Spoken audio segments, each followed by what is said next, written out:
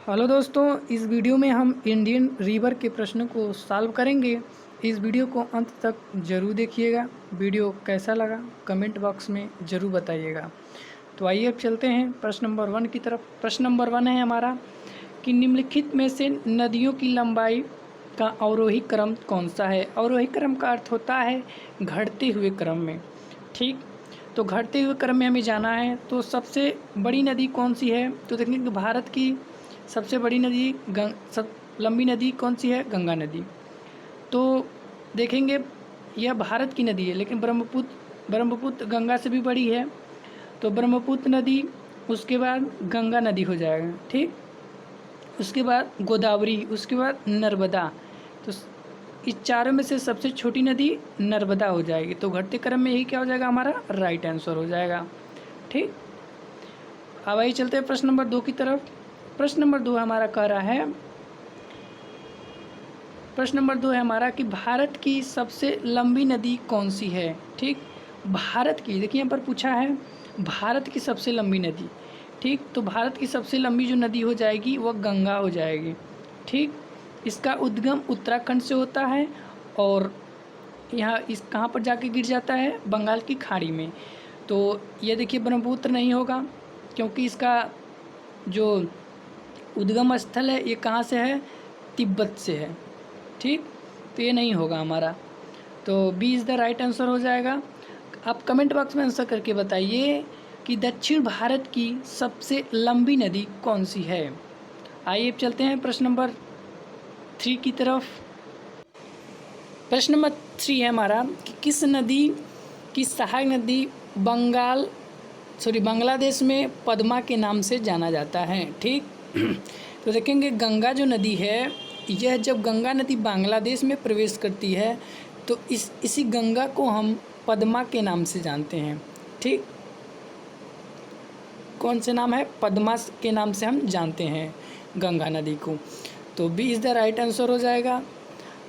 प्रश्न नंबर 4 को देखिए कि गंगा एवं ब्रह्मपुत्र की संयुक्त धारा किस नाम से जानी जाती हैं। तो जब गंगा और ब्रह्मपुत्र नदी मिल जाती हैं तो एक संयुक्त धारा बहने लगती है। उस धारा का नाम वहाँ से क्या हो जाता है, तो वह धारा का जो नाम है मेघना हो जाता है। क्या, मेघना। तो मेघना, सी इज़ द राइट आंसर। आइए चलते हैं प्रश्न नंबर 5 की तरफ। देखिए प्रश्न नंबर 5 है, निम्नलिखित में से कौन सी नदी सीधे गंगा में आके मिलती है। ठीक, सीधे गंगा में आके कौन सी नदी मिलती है, तो वह नदी है सोन नदी। सोन नदी देखिए अमरकंटक चोटी से निकलती है। अमरकंटक चोटी कहाँ है, मध्य प्रदेश में, वहाँ से निकलती है। और यह गंगा की दाहिनी सहायक नदी है। ठीक, ये दाहिनी सहायक नदी है। तो दाहिनी सहायक नदी सोन नदी हो जाएगा और सीधे गंगा में आके मिलती है कौन सी नदी, सोन नदी। तो B is the right answer. आइए चलते प्रश्न नंबर 6 की तरफ। प्रश्न नंबर 6 है हमारा कि सुंदरवन डेल्टा, ठीक, देखिए क्या है, सुंदरवन डेल्टा कौन सी नदी बनाती है। सुंदरवन डेल्टा कौन सी नदी बनाती है, तो कौन सी नदी बनाती हैं, गंगा भी बनाती है, ब्रह्मपुत्र भी बनाती है। तो यहाँ पर कौन सा ऑप्शन हो जाएगा, सी ऑप्शन हो जाएगा, गंगा ब्रह्मपुत्र नदी। देखिए जो नदियाँ बंगाल की खाड़ी में गिरती हैं वह डेल्टा का निर्माण करती हैं, और जो अरब सागर में गिरती हैं वो एक्सचुरी का निर्माण करती हैं। तो नर्मदा जो ताप्ती है, यह दोनों नदियाँ जो हैं, नर्मदा और ताप्ती, ये दोनों नदियाँ अरब सागर में गिरती हैं, इसीलिए आंसर नहीं होगा। और गंगा ब्रह्मपुत्र नदियाँ कहाँ पर गिरती हैं, बंगाल की खाड़ी में, और यह सुंदरवन डेल्टा का निर्माण करती हैं। तो सी इज़ द राइट आंसर। अब आइए चलते हैं प्रश्न नंबर 7 की तरफ। प्रश्न नंबर 7 है हमारा कि गंगा एवं ब्रह्मपुत्र नदियों का उद्गम स्थान क्रमशः स्थित है, कहाँ पर है। ठीक, तो देखेंगे गंगा का उद्गम कहाँ से, उत्तराखंड से है। तो उत्तराखंड ऑप्शन किस में है, ऑप्शन डी में है। तो उत्तराखंड में है, तो ये तीनों ऑप्शन में है नहीं, तो क्या हो जाएगा, D is the right answer हो जाएगा। ये क्या हो जाएगा हमारा राइट आंसर। ये बी तो होगा नहीं, ए भी नहीं होगा, सी भी नहीं होगा। उत्तर प्रदेश, देखिए बहुत लोग से कन्फ्यूजन होगा कि उत्तर प्रदेश से गंगा का उद्गम हो, नहीं, उत्तर प्रदेश नहीं, उत्तराखंड से। अब आइए चलते हैं प्रश्न नंबर 8 की तरफ। प्रश्न नंबर 8 हमारा कि निम्नलिखित में से किस नदी का उद्गम भारत में नहीं है। ठीक, भारत में नहीं है पूछा है, तो अभी हम जस्ट आपको ही बताएं हैं कि ब्रह्मपुत्र नदी भारत का उद्गम नहीं है, भारत से उद्गम इसका नहीं होता है। कहाँ से होता है? तिब्बत से होता है। ठीक, कहाँ से? तिब्बत से। तो गंगा का उत्तराखंड से है, नर्मदा का एमपी से है। ठीक, और कावेरी नदी देखिए प्रायद्वीपीय भारत की नदियां हैं, ये नदी है, ये भी नहीं होगा। तो डी इज़ द क्या हो जाएगा? Right answer. अब आइए चलते हैं प्रश्न नंबर 9 की तरफ। प्रश्न नंबर 9 हमारा कह रहा है कि तिब्बत में बहने वाली नदियों सांगपो निम्नलिखित में से किससे होकर भारत में प्रवेश करती है। ठीक, ये देखिए यहाँ पर नदी सिंगपो। ठीक, सिंगपो। तो देखेंगे जब ब्रह्मपुत्र नदी तिब्बत से निकलती है, ठीक, जब तक ये भारत में नहीं प्रवेश की रहती है तब तक इसका नाम सिंगापुर रहता है। क्या? सिंगापुर।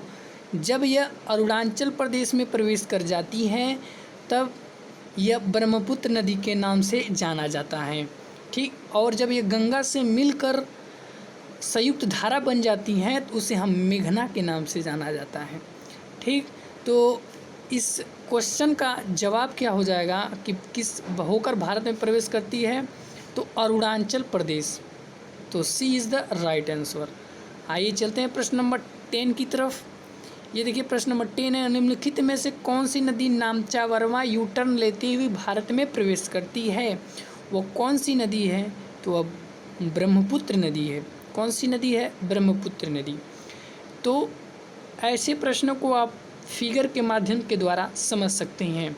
तो नदियों का फिगर बनाकर ही आप पढ़ें तो ज़्यादा बेस्ट होगा, क्योंकि नदी फिगर से आपको ज़्यादा समझ आएगा।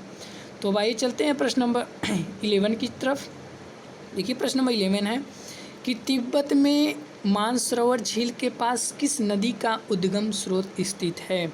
ठीक, यहाँ पर देखिए डी ऑप्शन जो है इसको कोई नहीं मत कर लीजिएगा, इसको कर लीजिए सभी। ठीक, इसको कर लीजिए सभी। तो मानसरोवर झील के पास, यहाँ पर देखिए कोई नहीं को आप क्या सभी कर लीजिएगा। मानसरोवर झील के पास किस नदी का उद्गम स्रोत स्थित है। तो सिंधु है कि सतलज है कि ब्रह्मपुत्र है कि या सभी। तो आप ऑप्शन क्या लगाएंगे? सभी पे लगाएंगे। ऑप्शन क्या हो जाएगा? सभी। मानसरोवर झील के पास से ये तीनों नदियाँ क्या होती हैं? इनका उद्गम स्थल है। अब आइए चलते हैं प्रश्न नंबर 12 की तरफ। कि प्रश्न नंबर 12 है हमारा कि तावा किसकी सहायक नदी है। ठीक, तावा किसकी सहायक नदी है।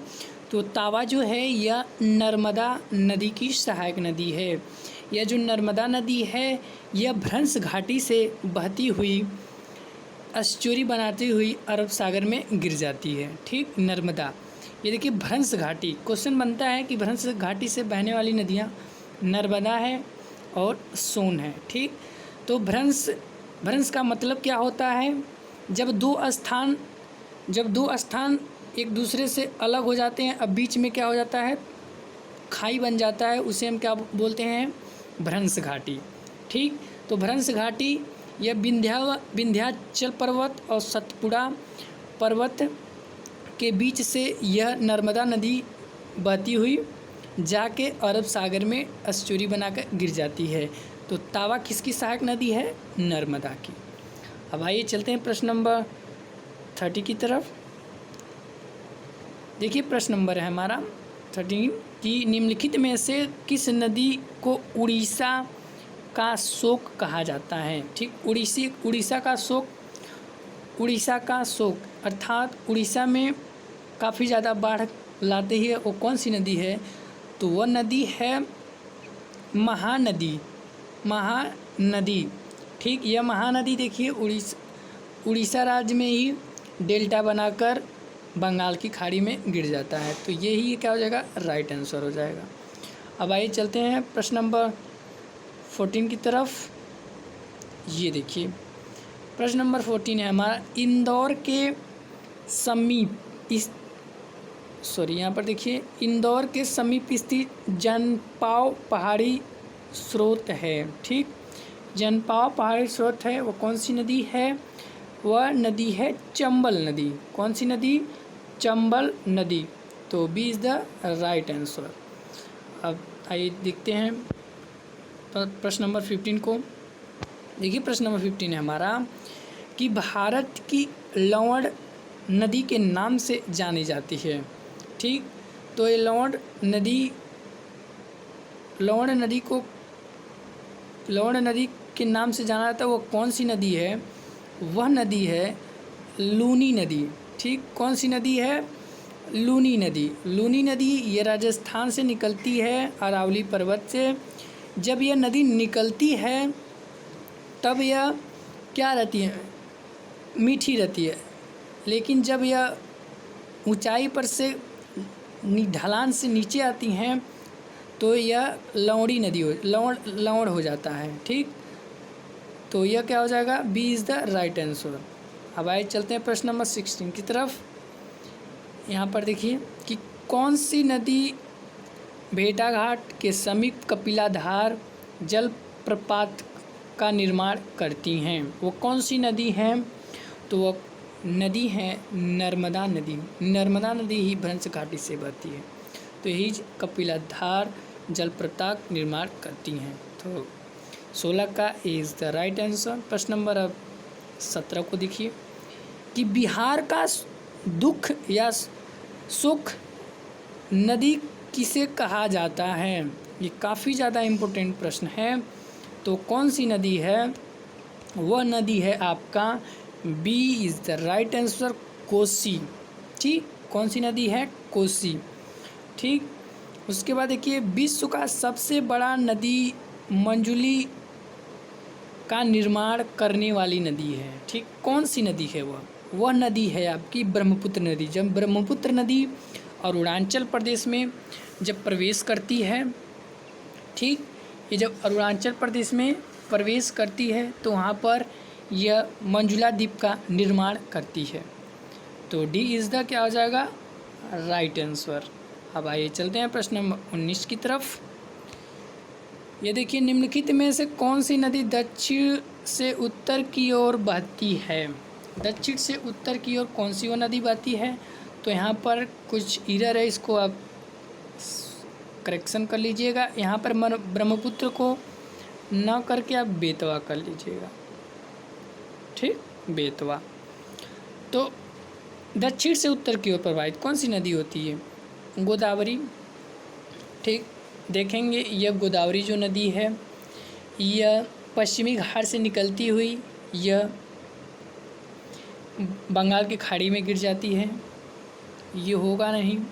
ठीक, कावेरी नदी ये सीधे सीधे जाकर गिर जाती है, और कृष्णा नदी भी। तो देखेंगे बेतवा ही नदी जो है, बेतवा नदी यह दक्षिण से बहती हुई उत्तर की ओर प्रवाहित होती है।